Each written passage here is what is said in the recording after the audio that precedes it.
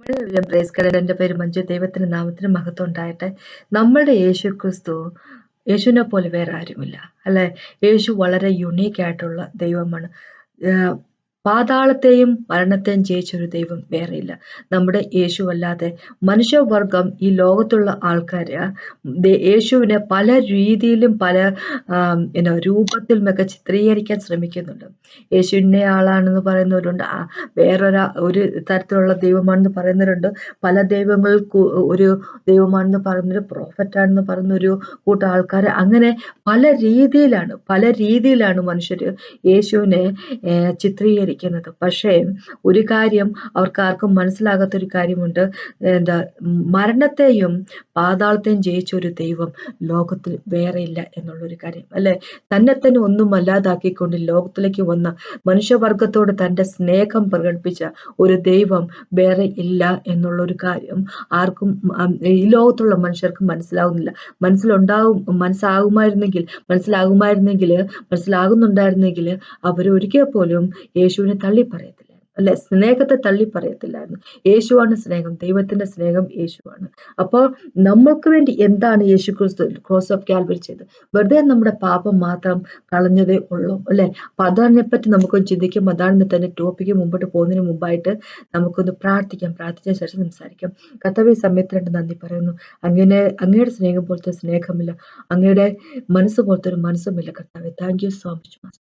അങ്ങയുടെ ഇമേജിൻ ലൈക്നെസ്സിൽ ഞങ്ങളെ സൃഷ്ടിച്ചിരുന്നു. പക്ഷേ കർത്താവ്, ഞങ്ങൾ വീണുപോയി. ആ വീണ അവസ്ഥയിൽ ഞങ്ങളെ കടത്താൻ സമ്മതിക്കാതെ, അങ്ങനെ ആക്കിക്കളയാൻ സമ്മതിക്കാതെ ഞങ്ങളുടെ ഇമേജിൽ അങ്ങ് ഈ ലോകത്തിലേക്ക് വരും. Thank you Jesus master. അങ്ങയുടെ കൃപയ്ക്കായിട്ട് നന്ദി പറയും. അങ്ങയുടെ സ്നേഹത്തിന് ഒരിക്കൽ പോലും പറ്റിപ്പോകാത്ത അങ്ങയുടെ സ്നേഹത്തായിട്ട് നന്ദി പറയും. യേശുവിന്റെ നാമത്തിന്റെ ഹോളി സ്പിരിറ്റ് ഗോഡിന്റെ പിതാവിനായിട്ട് സ്നേഹത്തിനായിട്ട് നന്ദി പറയും. യേശുവിന്റെ നാമത്തിനാണ്. ഉൽപ്പത്തിയിലേക്ക് പോകാം. ഉൽപ്പത്തിയില് ഒന്നാമത്തെ ചാപ്റ്ററിന്റെ 26 27 വാക്കുകൾ ഇങ്ങനെയാണ് പറയുന്നത്. അനന്തരം ദൈവം, നാം നമ്മുടെ സ്വരൂപത്തിൽ നമ്മുടെ സദൃശ്യപ്രകാരം മനുഷ്യനെ ഉണ്ടാക്കുക. അവർ സമുദ്രത്തിലുള്ള മത്സ്യത്തിന്മേലും ആകാശത്തുള്ള പർവ്വജാതികളിന്മേലും മൃഗങ്ങളിൽ മേലും സർവ്വഭൂമിയിലും ഭൂമിയിൽ ഇഴയുന്ന എല്ലാ ഇഴജാതിയിന്മേലും വാഴട്ടെ എന്ന് കൽപ്പിച്ചു. അങ്ങനെ ദൈവം തന്റെ സ്വരൂപത്തിൽ മനുഷ്യനെ സൃഷ്ടിച്ചു. ദൈവത്തിന്റെ സ്വരൂപത്തിൽ അവനെ സൃഷ്ടിച്ചു, ആണും പെണ്ണുമായി അവരെ സൃഷ്ടിച്ചു. ദൈവത്തിന്റെ ഇമേജില്, ദൈവത്തിന്റെ സ്വരൂപത്തിലും സാദൃശ്യത്തിലും നമ്മളെ സൃഷ്ടിച്ചു ദൈവം അല്ലെ. നമ്മളെ ദൈവം പാപികളായിട്ടല്ലല്ലോ സൃഷ്ടിച്ചത്. ആദത്തിനെ ഈവിനെ സൃഷ്ടിച്ച സമയത്ത് എല്ലാം പരിപൂർണമായിരുന്നു അല്ലെ, എല്ലാം നല്ലതായിരുന്നു. കാരണം ദൈവം സ്വന്തം കൈകൊണ്ടാണ് സൃഷ്ടിച്ചത് അല്ലെ. ആ മനുഷ്യനെ മണ്ണെടുത്തിട്ട് കുഴച്ച് അവന്റെ മനോഹരമാകുന്ന പരിശുദ്ധമായിട്ടുള്ള കൈകൊണ്ടാണ് പിതാവ് യേശുക്രിസ്തു മനുഷ്യനെ സൃഷ്ടിച്ചത്. അവന്റെ കയ്യിലായിരുന്നു നമ്മൾ അല്ലെ. അവൻ കുശവനും നമ്മൾ വെറും കളിമണ്ണുമായിരുന്നു. അങ്ങനെ വളരെ മനോഹരമായ രീതിയിൽ നമ്മളെ സൃഷ്ടിച്ചു. അവന്റെ ബ്രത്താണ് നമ്മുടെ ഉള്ളിൽ, അവന്റെ ശ്വാസമാണ് നമ്മുടെ ഉള്ളിലുള്ളത് അല്ലെ. അങ്ങനെയുള്ള മനുഷ്യൻ, ദൈവത്തിന്റെ ഇമേജിലുള്ള മനുഷ്യൻ, ദൈവം വേറെ ആരെയിലേക്ക് നോക്കിയില്ല അല്ലെ. മാലാഖമാരെ നോക്കിട്ട് ഓക്കെ, ഞാൻ മാലാഖമാരുടെ ഷേപ്പിൽ ഞാൻ മനുഷ്യരെ സൃഷ്ടിക്കാൻ പോകുന്നു വിചാരിച്ചില്ല. ദൈവം എന്ത് ചെയ്തു? ഞാൻ എൻ്റെ സ്വരൂപത്തിൽ മനുഷ്യരെ സൃഷ്ടിക്കാൻ പോവാണ്. അതാണ് ദൈവത്തിന്റെ സ്നേഹം അല്ലെ. മനുഷ്യനെ ദൈവം സൃഷ്ടിച്ച് ദൈവത്തിന് സ്നേഹിക്കുന്നതിന് വേണ്ടിയാണ്, ദൈവത്തിന് ഒരു ഫെലോഷിപ്പിന് വേണ്ടിയാണ്, ദൈവത്തിന്റെ കുടുംബം ആക്കുന്നതിന് വേണ്ടിയാണ് അല്ലെ. നമ്മളോടുള്ള അതിയായിട്ടുള്ള സ്നേഹമാണ്. അങ്ങനെ ആയതുകൊണ്ട് തന്നെ ദൈവത്തിന്റെ അതേ സ്വരൂപത്തിൽ അല്ലെ, അതേ സാദൃശ്യത്തിൽ നമ്മളെ സൃഷ്ടിച്ചു. ദൈവം എങ്ങനെയായിരുന്നു അതുപോലെ തന്നെ സൃഷ്ടിച്ചു അല്ലെ. നമ്മൾ ഭരിക്കാനായിട്ടാണ് ദൈവം സൃഷ്ടിച്ചത്. അതാണല്ലോ ഇവിടെ പറഞ്ഞിരിക്കുന്നത്. മനുഷ്യനെ ഉണ്ടാക്കുക, അവർ സമുദ്രത്തിലെ മത്സ്യത്തിന്റെയും ആകാശത്തിലുള്ള സർവ്വജാതികളെയും മൃഗങ്ങളെയും സർവ്വഭൂമിമേലും ഭൂമിയിൽ ഇഴയുന്ന എല്ലാ ജാതികളുമേലും വാഴട്ടെ എന്ന് കൽപ്പിച്ചു. അതിനു വേണ്ടിയാണ്. ദൈവം എങ്ങനെയായിരിക്കുന്നു? സകല പ്രപഞ്ചത്തെ എല്ലാത്തിനെയും വാഴുന്ന ദൈവം നമ്മളെ സൃഷ്ടിച്ച അങ്ങനെ ഒരു ക്യാരക്ടറായിട്ടാണ് ദൈവം സൃഷ്ടിച്ച കാര്യം. നമ്മൾ ദൈവത്തിന്റെ മക്കളായിട്ട് ദൈവം സൃഷ്ടിച്ചത് നമ്മൾ അല്ലെ. മനുഷ്യവർഗത്തെ ആദത്തിനെ ഇവ സൃഷ്ടിച്ചത് സ്വന്തം ഇഷ്ടപ്രകാരം കാര്യങ്ങൾ ചെയ്യാൻ ഉള്ള മനസ്സുമായിട്ട്, ഫ്രീ വില്ലുമായിട്ട് നമ്മളെ സൃഷ്ടിച്ചു. പക്ഷേ എന്തിൽ പറ്റി? മനുഷ്യവർഗം നമ്മളുടെ തോന്നിയാസത്തിന് പോയി അല്ലെ, നമ്മളുടെ താല്പര്യത്തിനനുസരിച്ച് പോയി. ദൈവം എന്നുള്ള സത്യത്തെ, ദൈവം എന്നുള്ള സ്നേഹത്തെ തള്ളിക്കളഞ്ഞുകൊണ്ട് നമ്മളുടെ താല്പര്യത്തിന് അനുസരിച്ച് പോയി കഴിഞ്ഞപ്പോൾ നമ്മൾ ഇന്ന് ഈ ലോകത്തിൽ കാണുന്ന മനുഷ്യരുടെ രൂപത്തിലേക്ക് തരം താഴ്ന്നു പോയി അല്ലെ? പാപത്തിന്റെ അടിമകളായി നമ്മൾ പോയിരുന്നു. പക്ഷേ എന്താണ് നമ്മുടെ ദൈവം ചെയ്തത്? നമുക്കെല്ലാവർക്കും അറിയാം, ക്രോസ് ഓഫ് കാൽവരിയിൽ യേശു ക്രിസ്തു നമ്മൾക്ക് വേണ്ടി പാപമായിട്ട് തീർന്നു, നമ്മൾക്ക് വേണ്ടി മരിച്ചു. അപ്പൊ ആ പാപമായിട്ട് തീരുകയും മരിക്കുകയും മാത്രം ചെയ്ത് അത് മാത്രമാണ് നമ്മുടെ ദൈവം ചെയ്തത്, അല്ലെ? അതിനെപ്പറ്റിയാണ് നമ്മൾ ഇന്ന് ചിന്തിക്കാൻ പോകുന്നത്. അപ്പൊ ഫിലിപ്പിയർക്ക് എഴുതിയ ലേഖനത്തിൽ 2-ാമത്തെ ചാപ്റ്ററിലേക്ക് പോൾ എഴുതിയതാണ്. ഫിലിപ്പിയർ ചർച്ചിന് വേണ്ടി എഴുതിയ ലേഖനം. അത് ഫിലിപ്പിയൻ ചർച്ചിനെ എഴുതിയെങ്കിലും പോലും നമുക്കും കൂടെ ഉള്ളത്, അല്ലെ? നമുക്ക് ദൈവം എഴുതുന്നത് ബൈബിളിൽ എന്താ കൊടുത്തിട്ടുണ്ട് അതെല്ലാം നമുക്കും കൂടെ ഉള്ളത്, അല്ലെ? ഒരു ചർച്ചിന് വേണ്ടി, കൊരിന്ത്യൻ ചർച്ചിന് വേണ്ടി മാത്രം എഴുതിയത് അങ്ങനെയല്ലല്ലോ, നമുക്ക് എല്ലാവർക്കും വേണ്ടി എഴുതിയിരിക്കുന്നത്. അപ്പൊ ഇവിടെ എഴുതിയിരിക്കുവാണ് ഫിലിപ്പിയർക്ക് ലേഖനത്തിൽ 2-ാമത്തെ ചാപ്റ്ററിന്റെ 6, 7, 8 ഇങ്ങനെ പറഞ്ഞിരിക്കുന്നു. അവൻ ദൈവരൂപത്തിൽ ഇരിക്കെ ദൈവത്തോടുള്ള സമത്വം മുറുകെ പിടിച്ചുകൊള്ളണം എന്ന് വിചാരിക്കാതെ ദാസരൂപം എടുത്തു. മനുഷ്യ സദൃശ്യത്തിലായി തന്നെത്താൻ ഒഴിച്ചു, വേഷത്തിൽ മനുഷ്യനായി വിളങ്ങി, തന്നെത്താൻ താഴ്ത്തി, ക്രൂശിലെ മരണത്തോളം തന്നെ അനുസരണയുള്ളവനായി തീർന്നു, അല്ലെ? അപ്പൊ ഇവിടെ പറഞ്ഞിരിക്കുന്നത് ദൈവത്തോടുള്ള സമത്വം മുറുകെ പിടിച്ചു കൊള്ളണം എന്ന് വിചാരിക്കാതെ ദാസരൂപം എടുത്തു, മനുഷ്യ സദൃശ്യത്തിലായി വന്നു ഈ ലോകത്തിൽ എന്ന് പറഞ്ഞേക്കുക. ദൈവം നമ്മളെ സൃഷ്ടിച്ചത് അവന്റെ സദൃശ്യത്തിലും അവന്റെ ഇമേജിലും എത്തി. അവന്റെ ഇമേജിലും സദൃശ്യം, അല്ലെ? സദൃശ്യം എന്ന് പറയുമ്പോ എന്താ പറയണേ, സ്വരൂപം എന്ന് പറയുമ്പോൾ ഇമേജ്, സദൃശ്യം എന്ന് പറഞ്ഞാൽ സ്വഭാവം പോലെ, അല്ലെ? ലൈക്നെസ്, ദൈവം എങ്ങനെയായിരിക്കും അതുപോലെ. അപ്പൊ ഈ ഇംഗ്ലീഷ് ബൈബിളിൽ പറഞ്ഞിരിക്കുന്നത് ഇമേജിലും ലൈക്നെസ്സിലും സൃഷ്ടിച്ചെന്ന് പറഞ്ഞിരിക്കുന്നു. അപ്പൊ ഇവിടെ നമ്മള് നേരത്തെ ഞാൻ പറഞ്ഞ പോലെ നമ്മള് വീണു പോയവരായിപ്പോയി, അല്ലെ? വീണുപോയി, പാപം കണ്ടും വീണു പോയപ്പോ നമ്മുടെ ദൈവം എന്താ, നമ്മളെ ആ ഒരു രൂപത്തിൽ ഇട്ടിരിക്കാൻ താല്പര്യമില്ലാഞ്ഞിട്ട് റോമർക്കെഴുതിയ ലേഖനത്തിൽ 5-ാമത്തെ ചാപ്റ്ററിൽ ഇങ്ങനെ പറഞ്ഞിരിക്കുന്നത്, നമ്മൾ വീക്കായിരുന്നപ്പോ, നമ്മൾക്ക് ബലമില്ലാത്തവരായിരുന്നപ്പോ യേശു ക്രിസ്തു കറക്റ്റ് ടൈമിൽ ലോകത്തിലേക്ക് വന്നിട്ട് നമുക്ക് ജീവിതം തരുക ചെയ്തിരിക്കുന്നത് നമ്മുടെ ദൈവം, അല്ലെ? നമ്മൾ പാപികളായിരുന്നപ്പോ നമ്മളെ അവൻ സ്വീകരിച്ചു, അല്ലെ? ഒരുവനാൽ പാപത്താൽ മരണവും ഈ ലോകത്തിലേക്ക് വന്നു. ആടത്തിൽ എല്ലാവരും മരിച്ചു, അല്ലെ? പക്ഷെ യേശു ക്രിസ്തുവില് എല്ലാ വ്യക്തികളും, യേശുവിന് രക്ഷകനായിട്ട് സ്വീകരിച്ചിരിക്കുന്ന സകല വ്യക്തികളും ഉയർത്തെഴുന്നേൽക്കുക ചെയ്തു. റിസറക്ഷൻ ആണ് യേശു ക്രിസ്തുവിൽ നടന്ന കാര്യം. യേശു ക്രിസ്തു റിസറക്ഷനാണ്, ജീവനുമാണ്, അല്ലെ? അപ്പൊ അതിനുവേണ്ടി നമ്മുടെ ദൈവം എന്താ ചെയ്തതെന്ന് വെച്ച് കഴിഞ്ഞാല്, ദാസന്റെ രൂപമെടുത്ത് മനുഷ്യ സദൃശ്യത്തില്, ഒന്ന് വിചാരിച്ചൊക്കെ, ദൈവം മനുഷ്യനെ സൃഷ്ടിച്ച അവന്റെ സദൃശ്യത്തിലായപ്പോ ആ സദൃശ്യത്തിൽ നിന്നും, ആ സ്വരൂപത്തിൽ നിന്നും വീണുപോയ വ്യക്തികളെ ആ സദൃശ്യത്തിലേക്കും രൂപത്തിലേക്കും വീണ്ടും തിരിച്ചു കൊണ്ടുവരുന്നതിന് വേണ്ടി ദൈവം മനുഷ്യന്റെ സദൃശ്യത്തിലായി ഈ ലോകത്തിലേക്ക് വരുന്നു, അല്ലെ?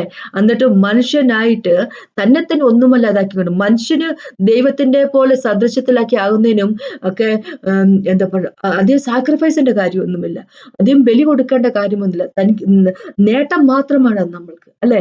നമ്മൾക്ക് എന്താ പറയുക, റൈച്ചസ്നെസ് ദൈവത്തിൽ നിന്ന് ഫ്രീ ഗിഫ്റ്റായിട്ട് കിട്ടിയതാണ്. അത് നമ്മുടെ നേട്ടമാണ്, നമുക്ക് കിട്ടിയതാണ്, അല്ലെ? ഫ്രീ ആയിട്ട് കിട്ടിയ. പക്ഷെ ദൈവത്തെ സംബന്ധിച്ചിടത്തോളം ഒരു മനുഷ്യനായിട്ട് ലോകത്തിലേക്ക് വരണേ ഒത്തിരി കഷ്ടപ്പെടേണ്ടിയുണ്ട്, അല്ലെ? എന്ന് വെച്ച് കഴിഞ്ഞാല് തനിക്കുള്ളതെല്ലാം വേണ്ടെന്ന് വെക്കേണ്ടത്, നമുക്ക് ഒന്നും ഇല്ലാത്ത ദൈവം തരുക ചെയ്യുന്നത്, അല്ലെ? അപ്പൊ ഇവിടെ ദൈവം യേശു ക്രിസ്തു തനിക്കുള്ളതെല്ലാം വേണ്ടെന്ന് വെച്ചിട്ട് ഒരു ദാസന്റെ രൂപത്തില്, മനുഷ്യന്റെ രൂപത്തില്, സദൃശ്യത്തില് ഈ ലോകത്തിലേക്ക് വന്നു, അല്ലെ? മനുഷ്യന്റെ രൂപത്തിലുമാണ് വന്നത്, അല്ലെ? മനുഷ്യനെ പോലെ ആയിരുന്നല്ലോ യേശു ക്രിസ്തു ഇരുന്നത്. അപ്പൊ നമ്മളെ നഷ്ടപ്പെട്ടു പോയ നഷ്ടപ്പെട്ടു പോയ ആ ദൈവത്തിന്റെ ഇമേജും ദൈവത്തിന്റെ ലൈക്നെസ്സും ദൈവത്തിന്റെ സ്വരൂപം സാദൃശ്യവും നമുക്ക് തിരിച്ചു തരുന്നതിന് വേണ്ടി ദൈവം മനുഷ്യന്റെ സാദൃശ്യത്തിലേക്ക് മനുഷ്യന്റെ രൂപത്തിലേക്ക് തന്നെ താഴ്ത്തി. അതാണ് നമ്മുടെ യേശു ക്രിസ്തു ചെയ്തത്. ഇപ്പൊ ക്രോസ് ഓഫ് കാൽവറിയിൽ ദൈവം നമ്മൾക്ക് വേണ്ടി വെറുതെ നമ്മുടെ പാപത്തെ മോചിപ്പിച്ച് തരികയല്ല ചെയ്തത്.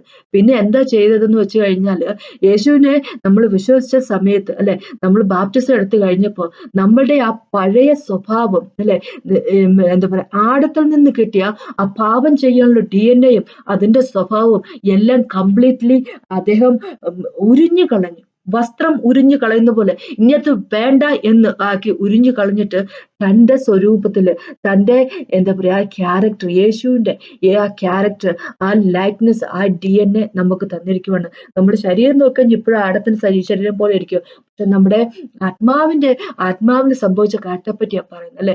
ദൈവം നമ്മുടെ ആത്മാവിനെ അങ്ങോട്ട് സ്വന്തമാക്കുക ചെയ്തത്, അല്ലെ? മരിച്ചവരായിരുന്നു, മരിച്ചവരെ നമ്മൾ. യേശുക്രിസ്തു ഇങ്ങനെയല്ലേ പറഞ്ഞെ, ഇതാ ഇപ്പൊ സമയം വന്നിരിക്കുന്നു അല്ലെ, ഇനി സമയം വരുന്ന സമയമുണ്ട്, പക്ഷെ ഇതാ വന്നിരിക്കുന്നു, മരിച്ചവർ ദൈവപുത്രന്റെ ശബ്ദം കേൾക്കുന്നവര് ഉയർത്തെഴുന്നേക്കുന്ന ജീവിതത്തിലേക്ക് വരുന്ന സമയമുണ്ട് അല്ലെ. എന്ന് വെച്ചു കഴിഞ്ഞാല് യേശുക്രിസ്തു പറഞ്ഞത്, അവിടെ പറഞ്ഞിരിക്കുന്നത്, യോഹന്നാനിൽ പറഞ്ഞിരിക്കുന്ന കാര്യമാണ്. അത് പറഞ്ഞിരിക്കുന്നത് അവസാനത്തെ കാഹളനാദം കേൾക്കുന്ന സമയത്തെ പറ്റിയല്ല പറഞ്ഞത്.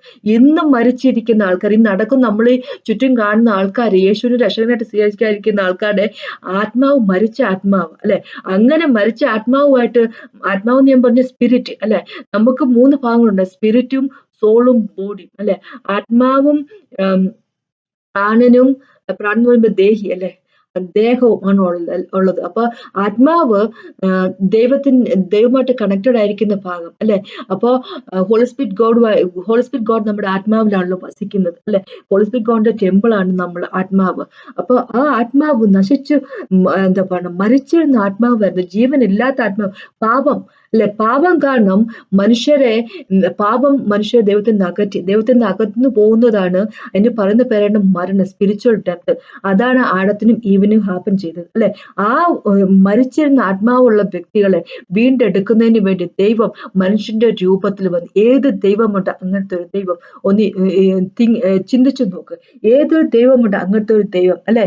ഞാൻ ഈ മനുഷ്യന്റെ രൂപത്തിലേക്ക് പോവുകയാണ്, എന്റെ രൂപത്തിലാണ് അവർ ഞാൻ സൃഷ്ടിച്ചത്. അവർക്കെല്ലാം ഉണ്ടായിരുന്നു, അവർക്ക് സകല നന്മയുണ്ടായിരുന്നു. ഞാൻ അങ്ങനെയാണ് അവരെ സൃഷ്ടിച്ചത്. പക്ഷെ അവർ നഷ്ടപ്പെട്ടു പോയി, അവര് മരിച്ച ആത്മാവുള്ളവരായി പോയി. അതിനുവേണ്ടി ഞാൻ എന്താ ചെയ്യാൻ പോകുന്നു വെച്ച് കഴിഞ്ഞാൽ, അവരെ പോലെ ഒരാളായിട്ട് മനുഷ്യന്റെ രൂപത്തിൽ ലോകത്തിലേക്ക് പോകാൻ പോവാണ് എന്ന് യേശു പറഞ്ഞു, യേശു ചെയ്യുകയും ചെയ്തു അല്ലെ. അപ്പൊ ഇവിടെ ഒരു കാര്യം നമ്മൾ മനസ്സിലാക്കുക, ദൈവം മനുഷ്യന്റെ രൂപത്തിലേക്ക് വന്നപ്പോൾ, അപ്പൊ ഒരു കാര്യം ഉണ്ടെന്ന് വെച്ച് കഴിഞ്ഞാൽ, മനുഷ്യന്റെ രൂപം, മനുഷ്യൻ എന്നുള്ള ഫോളൻ നേച്ചർ ആണെങ്കിൽ ആ ഒരു ഫോളൻ നേച്ചറിലേക്ക് തന്നെയാണ് ദൈവം വന്നിരിക്കുന്നത്.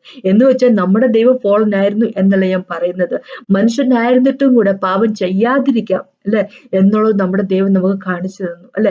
സകല വിധത്തിലും പ്രലോഭനത്തിൽ അകപ്പെട്ടിരുന്നു യേശു ക്രിസ്തു അല്ലെ. പിശാച് ഒരുപാട് പ്രലോഭിപ്പിച്ചിരുന്നു. ഈ ലോകത്തിൽ താമസിച്ചുകൊണ്ടിരുന്നപ്പോ സകല വിധത്തിലെ പ്രലോഭനങ്ങൾക്കും എന്താ പറയാ, പ്രലോഭനങ്ങൾ വന്നിരുന്നു യേശുവിന്റെ നേരെയും, നമ്മളുടെ നേരെ വരുന്ന പോലെ തന്നെ. പക്ഷെ യേശു അവിടെ ഒന്നും ഒരൊറ്റ പാപം പോലും ചെയ്യാതെ അല്ലെ, നമ്മൾക്ക് ഒരു എക്സാമ്പിൾ ആയിട്ട് നിൽക്കുന്നു. യേശു നമ്മളോട് പറഞ്ഞിരിക്കുന്നത് ഇങ്ങനെയാ, നിങ്ങളെ പോലെ ഫോളൻ നേച്ചറിലാണെങ്കിൽ പോലും പാപം ചെയ്യാതിരിക്കാൻ സാധിക്കും അല്ലെ.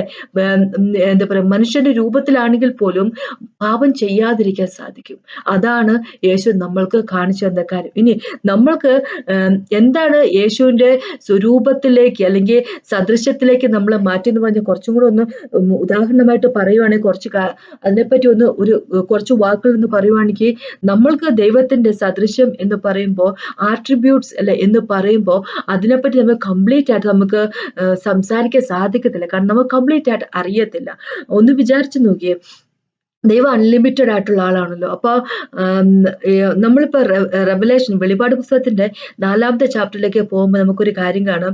എന്താന്ന് വെച്ച് കഴിഞ്ഞാല്, ആ 4 ജീവികൾ അല്ലെ, ലിവിങ് ക്രീച്ചേഴ്സ് അല്ലെ, അവര് എന്തുവെന്ന് വെച്ച് കഴിഞ്ഞാല്, അവര് ദൈവത്തിലേക്ക് ദൈവത്തെ നോക്കുമ്പോൾ അവർ ദൈവത്തിന്റെ ആട്രിബ്യൂട്ട്സ് കാണുമ്പോൾ, ദൈവത്തിന്റെ മഹിമ കാണുമ്പോൾ, ഗ്ലോറി കാണുമ്പോൾ അവര് ഹോളി ഹോളി ഹോളി എന്ന് പറഞ്ഞിട്ട് അവര് എന്താ പറയുക, ദൈവത്തെ വർഷിപ്പ് ചെയ്യുന്നല്ലേ. അപ്പൊ അവര് രാവും പകലും ഇല്ലാതെ അവര് ദൈവത്തെ ഹോളി ഹോളി ഹോളി എന്ന് പറഞ്ഞ്, പരിശുദ്ധൻ നീ പരിശുദ്ധൻ പരിശുദ്ധൻ എന്ന് പറഞ്ഞിട്ട് എന്താ പറയുക, ദൈവത്തെ വർഷിപ്പ് ചെയ്യുന്നു. അപ്പൊ അവര് വർഷിപ്പ് ചെയ്യുമ്പോ അതോടൊപ്പം തന്നെ 24 മൂപ്പന്മാരും അല്ലെ, തങ്ങളുടെ കിരീടം എടുത്ത് ദൈവത്തിന്റെ കാലിൽ വെച്ചിട്ട് ദൈവത്തെ പിന്നെയും വർഷിപ്പ് ചെയ്യുന്നു അല്ലെ. അപ്പൊ രാവും പകലും ഇത് നടന്നുകൊണ്ടിരിക്കുക. എന്ന് വെച്ച് കഴിഞ്ഞാല് റോബോട്ടുകളെ പോലെ ഇവർ ചെയ്യുമെന്നല്ല ദൈവം പറയുന്നത്. ഇവരെന്താന്ന് വെച്ചാൽ ദൈവത്തിന്റെ ആ മഹിമ, ദൈവത്തിന്റെ ആട്രിബ്യൂട്ട്സ്, ദൈവത്തിന്റെ ക്യാരക്ടർ അവർ ദിവസവും കാണുമ്പോൾ ഓരോന്ന് പുതിയ ക്യാരക്ടർ അവർക്ക് മനസ്സിലാകുന്നു, പുതിയ എന്താ പറയുക ആട്രിബ്യൂട്ട്സ് അവർക്ക് മനസ്സിലാകുന്നു, പുതിയ എന്താ പറയുക, എങ്ങനെയാ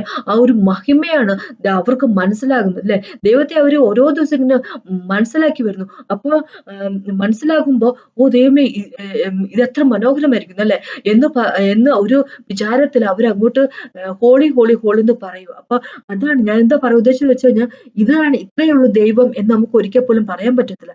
കുറച്ച് കാര്യങ്ങൾ ദൈവത്തെ പറ്റി നമുക്കറിയാം, കൂടുതൽ കാര്യങ്ങൾ നമുക്കറിയത്തില്ല. ഹോളി സ്പിരിറ്റ് ഗോഡ് എത്രമാത്രം നമുക്ക് വെളിപ്പെടുത്തുന്നു, ബൈബിൾ എത്രമാത്രം എഴുതിയിരിക്കുന്നു, അത് മാത്രമേ നമുക്കറിയത്തുള്ളൂ.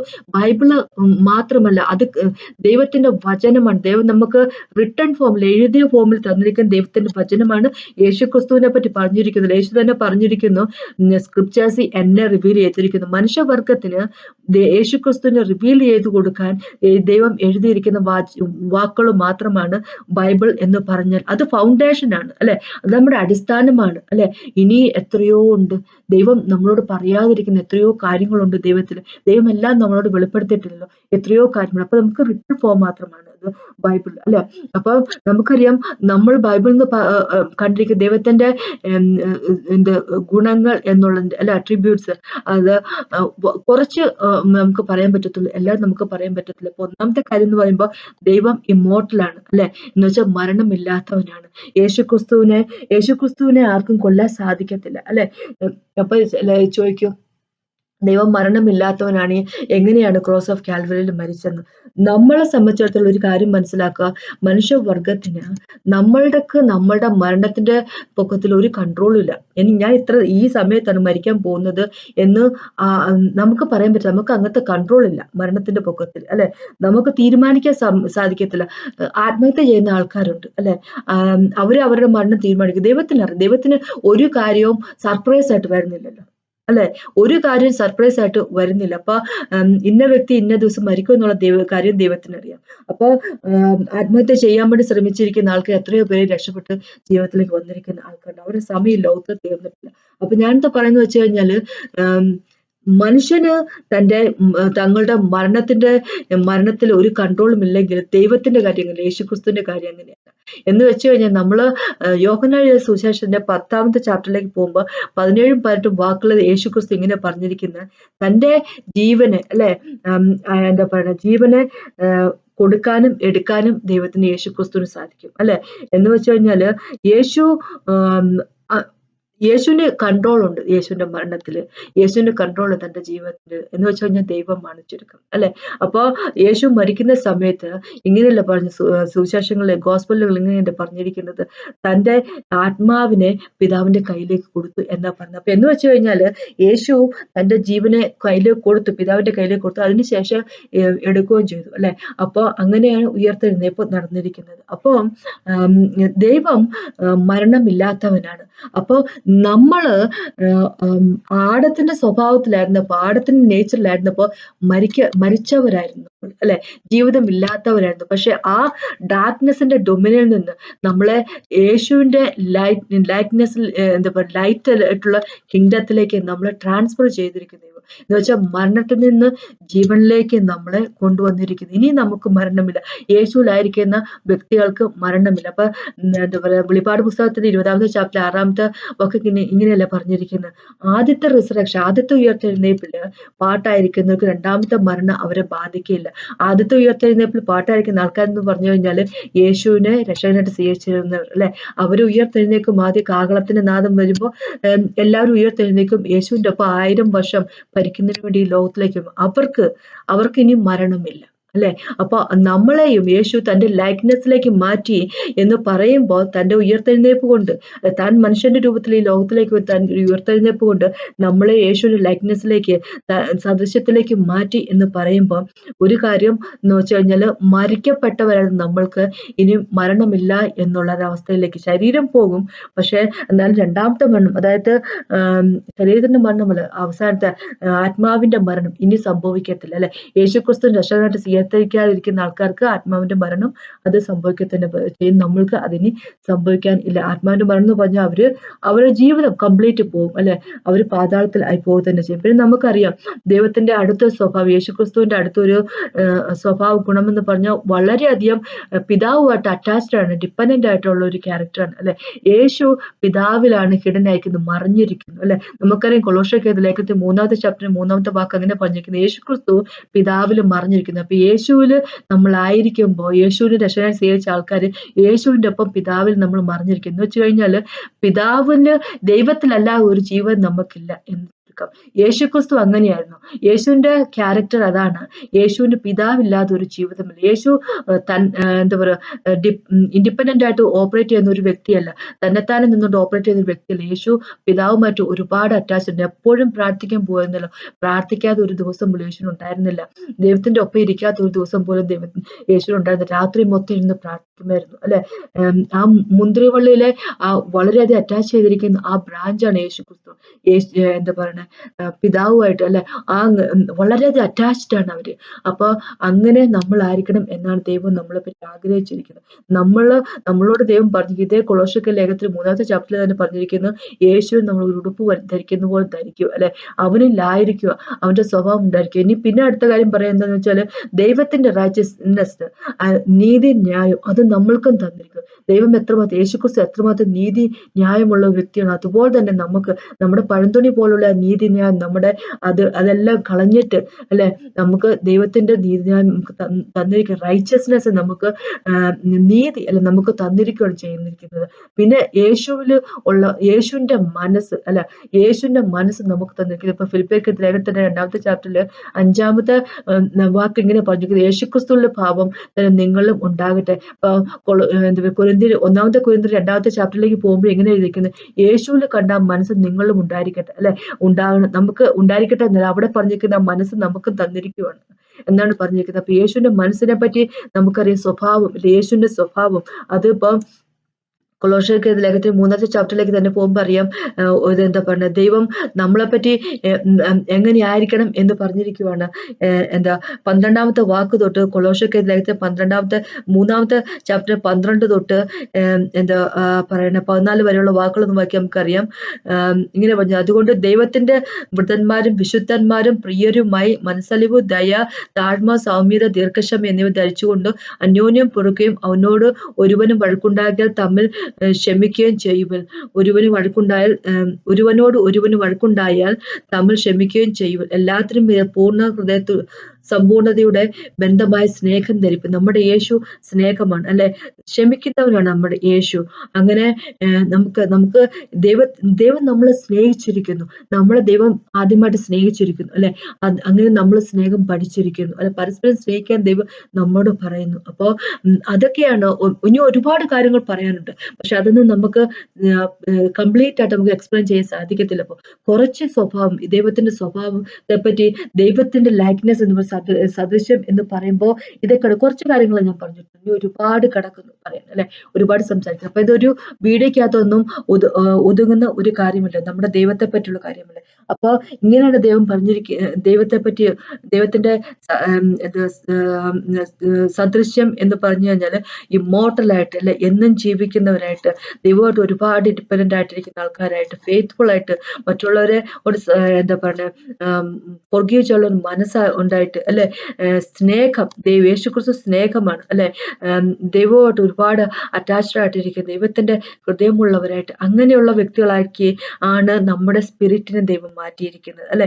അതുകൊണ്ടാണ് യേശു പറയുന്നത്, നമ്മൾ ഈ ലോകത്തിലാണെങ്കിൽ പോലും നമ്മുടെ ഫ്ലഷ്ലി നേച്ചർ നമ്മൾ ഓപ്പറേറ്റ് ചെയ്യരുത്, നമ്മുടെ സ്പിരിറ്റിന്റെ ഹോളി സ്പിരിറ്റ് ഗോഡിനാൽ നയിക്കപ്പെടുന്നവരായിരിക്കും. കാരണം സ്പിരിറ്റ് നയിക്കപ്പെടുന്നവർ ജീവിതത്തിലേക്ക് പോകത്തുള്ളൂ, അല്ലെ.